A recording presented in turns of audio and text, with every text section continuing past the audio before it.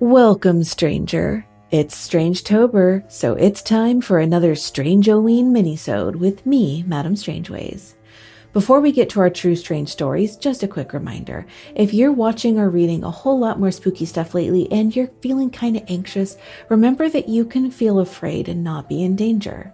Nothing in these stories can hurt you. Probably. Almost definitely probably not. And a very special thank you to my Patreon patrons who help make the podcast possible.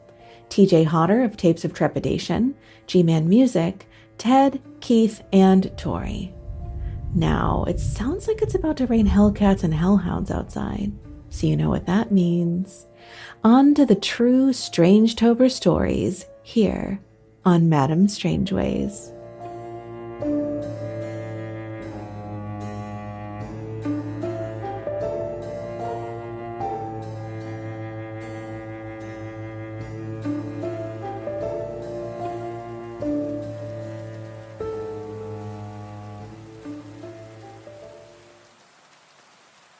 Working at an Old Blockbuster by Megan. I worked at a Blockbuster. I'm old, I know. Back in 2008 or 2009. And when I got started, they talked about how it was haunted. I thought they were just giving me a hard time being the new girl. They said in the right back corner of the store, once in a while, you'd hear someone who would sound like your coworker say your name, but it wouldn't be them who did it. And that once in a while, a customer would come in at night, go to that part of the store, and disappear. Then one slow night, as my manager is training me, a man walks in. We greeted him, and then my manager went back to discussing the pop machine with me. He was the only customer in the store at that time. My manager was going to take me to the back room to grab more soda and refill the cooler. We were standing right by the soda machine in front of the checkout this entire time. So between both entrance and exit doors, no one could get in or out without us seeing. He said, "Let's make sure he doesn't need anything before we go to the back." So we walked over to the corner where he went, and he wasn't there. We did a loop around the whole store, and he wasn't there. He was just gone. Mind you, no matter where in the store you are, you can still see the doors, so he didn't circumvent us and exit without us seeing. My manager looked perplexed for a second, then said, "Huh, usually it's a woman," and just headed for the back room. Another night, we had a staff meeting, and we were sitting on the floor in that back corner, and I very clearly heard and felt someone behind me whisper my name right in my ear. I whipped my head around because I thought my coworker who was sitting behind me was the one who had whispered, but they were sitting reclined back on their hands. No way they could have moved fast enough into that position after whispering in my ear without me seeing. My manager stopped what he was saying and asked if I needed something. I just looked at him and said no, and his mouth kinda quirked up in an educated guess sort of smile, and he continued on. It's a Jimmy John's now, and I always wonder if they have any weird happenings there at night.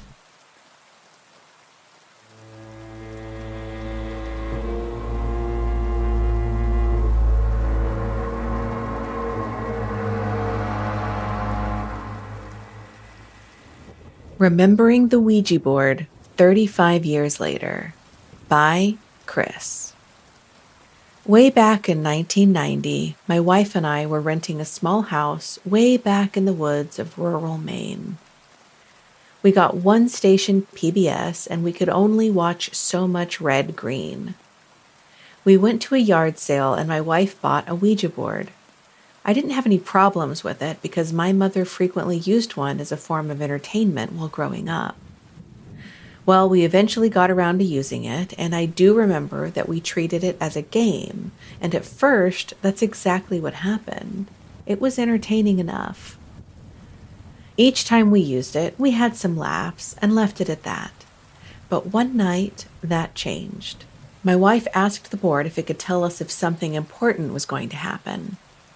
The board, for the first time, seemed to work and spelled out, "You're pregnant." Come to find out, she was a month pregnant at that time. This was a long time ago, and I'm trying to remember as best as I can, but I also remember that she engaged in a conversation and was told that we were talking to the spirit of a child who had passed away many years before, and that we would eventually understand why all this was happening.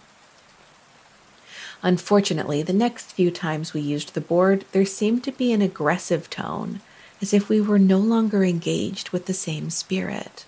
My wife actually got so frightened that she put the board in the wood stove and burned it. Anyways, we no longer live near there, but we were passing through a few weeks ago and decided to drive by where we once lived. The house is no longer there, replaced with a new home. Right before the house, there's a small graveyard, and for some reason, she got out and walked over to it after I had pulled over. She walked up to a small marker on a child's grave, and the name was Miles, Myles, the same name we gave our son. I don't know, maybe it's just a coincidence. She turned around immediately, getting very emotional, grabbed my arm, and said, "We have to leave now." She started crying on the way home, and she still won't tell me what happened to her there. Am I reading too much into this? I honestly have no idea what to make of it all.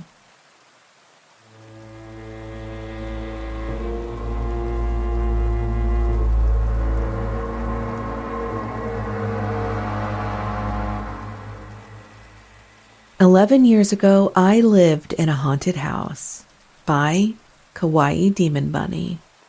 I've never posted this anywhere before, but I still think about this regularly.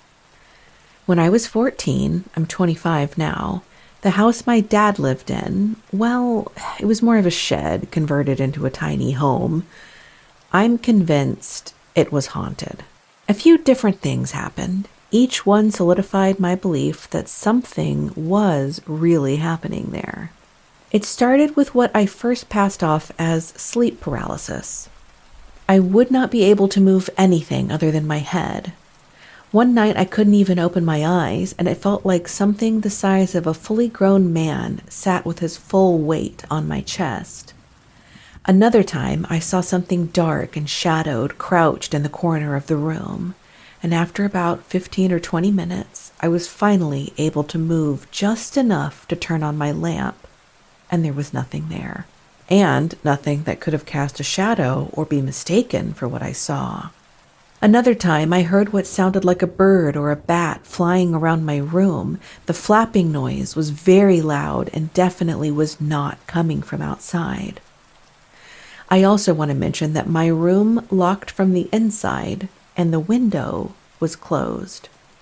The reason I know that this wasn't just a case of sleep paralysis was that it only ever happened in this house, not at my mom's or grandparents or friends, only ever at my dad's. And honestly, at first, I thought I was losing my mind. But then something happened that made me realize that whatever was happening was real. My dad and I were sitting in the kitchen with the door to the outside open. It was night, so you could only see as far as the kitchen light went, when all of a sudden I saw something or someone walk past the door. It looked like a young teen girl in a white dress and semi-long black or dark brown hair. At first I thought I'd imagined it, but then my dad said, "Did you see that?" Chills. I asked what he saw, and he described exactly what I saw. I still get chills thinking about it, even now, while writing this. I never saw her again, but I will never forget it. She didn't look fully there, not completely see-through, but like she was only 95% there. It felt wrong. I kept seeing, hearing, and feeling things when I was in bed until he moved.